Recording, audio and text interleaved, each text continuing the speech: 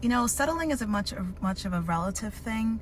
It's not something that you could talk to someone else and say, are you settling? It's more like a gut feeling that you know for sure if it's below your standards. So anything that's below your standards is what settling is.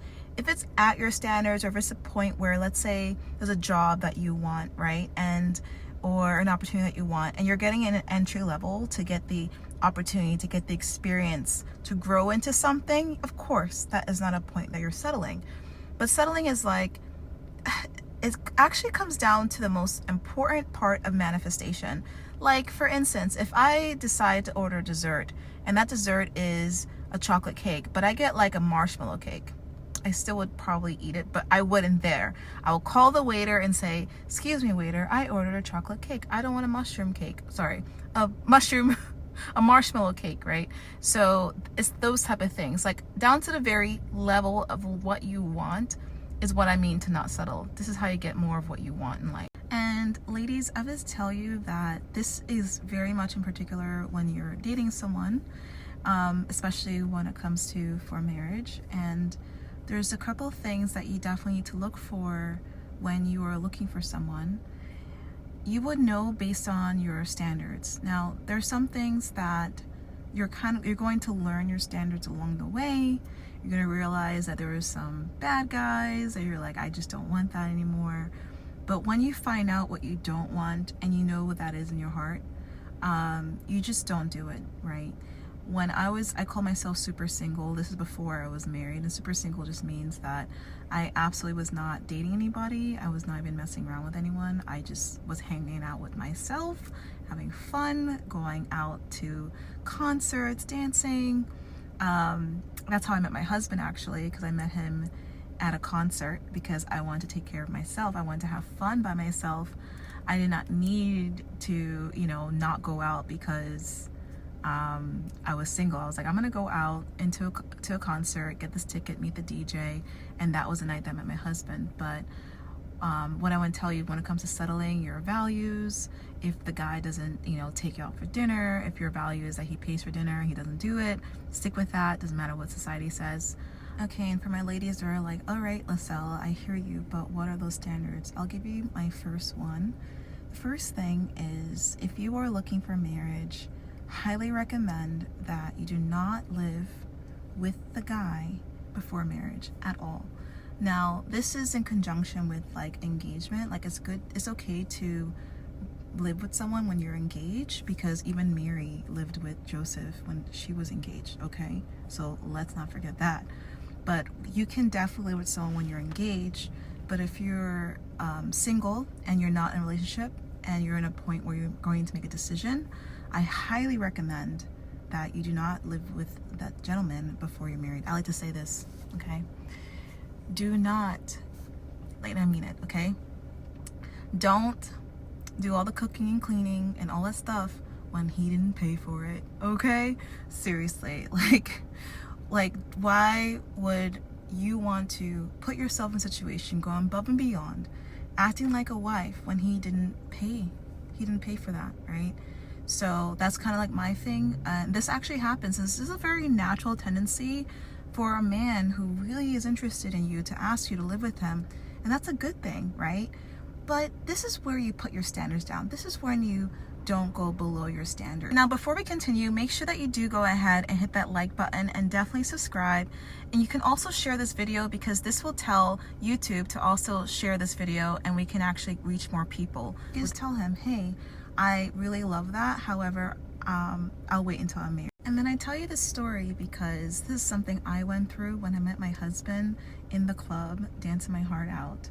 And he was super cute. It just honestly took me one whole hour to notice him after we were dancing an hour, because I just was having a time of my life. And I realized he was cute after he asked my phone number.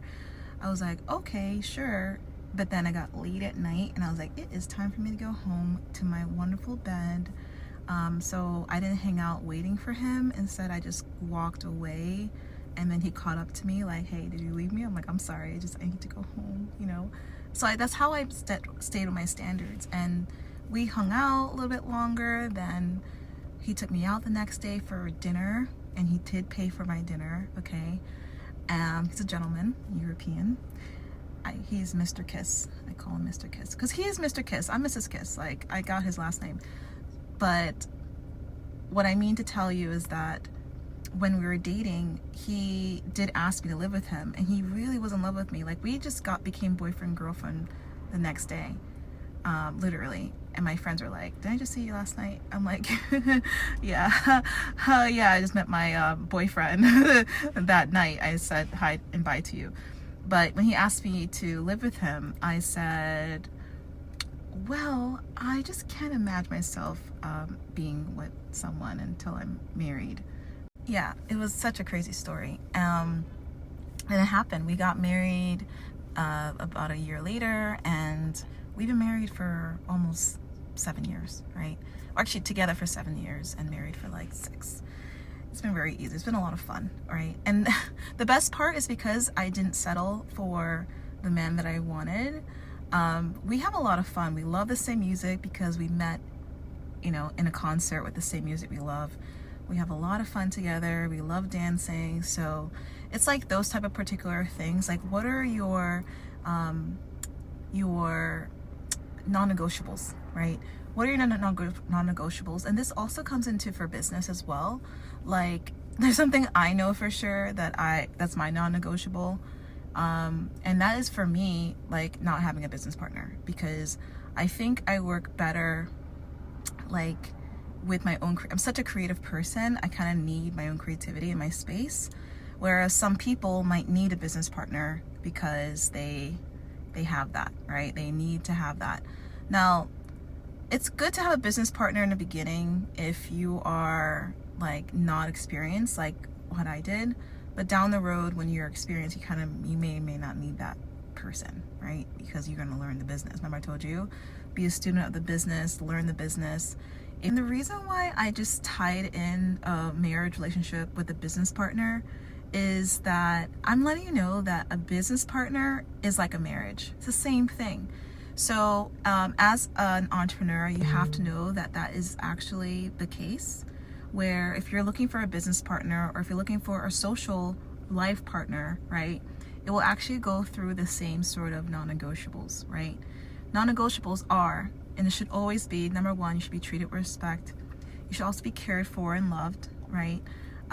You should have them looking out for you as you're looking out for them. And also, you should have them or yourself like knowing that you guys are compatible, right? So it's the same thing, right? That's the reason why, have you heard of like the Japanese, they go out to karaoke, they're, the Japanese businessmen, they do that because they're trying to get to know each other in a social way. Like, if you're looking for someone, either relationship, business-wise or personal, like, you have to make sure you're getting along socially.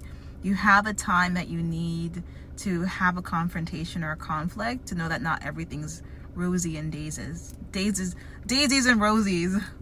Daisies and roses. But you know what I'm trying to say, okay? You really have to make sure that you put the time into that relationship that you decide to be in, because it's your life. Okay, so the last thing is that I want to make sure that this actually becomes an exercise. So make sure that you go ahead and pull out a journal, pull out your paper, and I want you to write down the things that you will never settle for.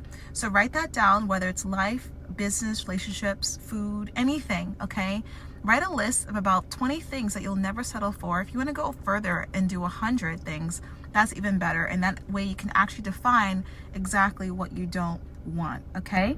So make sure that you go ahead and hit that like button and subscribe and be part of our Maven community. And Mavens are connoisseurs. So if you're not a Maven yet and you want to be, make sure that you do subscribe and join, because you will become whoever you want to be. This is Dream Channel, okay?